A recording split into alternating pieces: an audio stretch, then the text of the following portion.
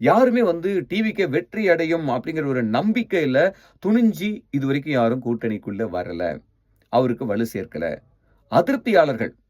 அங்க நான் இருக்கிற இடத்துல ஏற்கனவே காலகாலமா இருந்த இடத்துல எனக்கு மரியாதை இல்ல. என்ன வந்து துச்சமா நினைக்கிறாங்க. அல்லது வரக்கூடிய தேர்தல்ல வந்து எனக்கு சீட்டு இல்ல அப்படிங்கிற மாரி பேச்சு இருக்கு.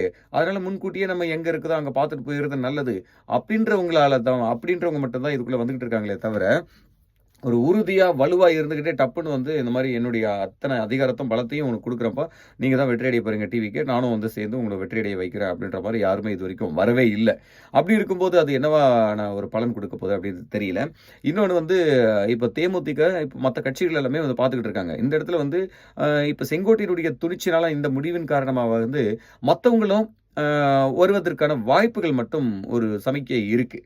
சரி நம்ம போவோமே டிவிக்கே பரவால்ல எல்லாரும் போறாங்களே, கொஞ்சம் கொஞ்சமா போறாங்களே, ஓகே நம்ம போவோம். அங்க நல்ல மரியாதை கிடைக்குது நமக்கு போனாக்கா. இங்க மரியாதை இல்லாத இடத்துல இருந்துகிட்டு என்ன பண்ண போறோம்?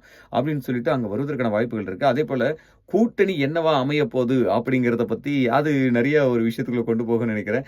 அத பத்தி நான் இன்னொரு வீடியோல நான் போடுறேன். சும்மா இது எனக்கு தோணக்கூடிய விஷயங்கள தான் நான் ஷேர் பண்ணிட்டு இருக்கேன். இதுல வந்து எனக்கு வேற எந்த நோக்கமும் கிடையாது. அந்த அரசியல் நகர்வுகள பத்தி உங்ககிட்ட ஷேர் பண்ணிக்கின்ற ஒரே ஒரு நோக்கம் தான். ஸோ கூட்டணி எப்படி அமையப்போகுது கடைசியில என்னோட கணிப்பு என்ன அப்படிங்கிறத அடுத்து பேசுவோம். நன்றி.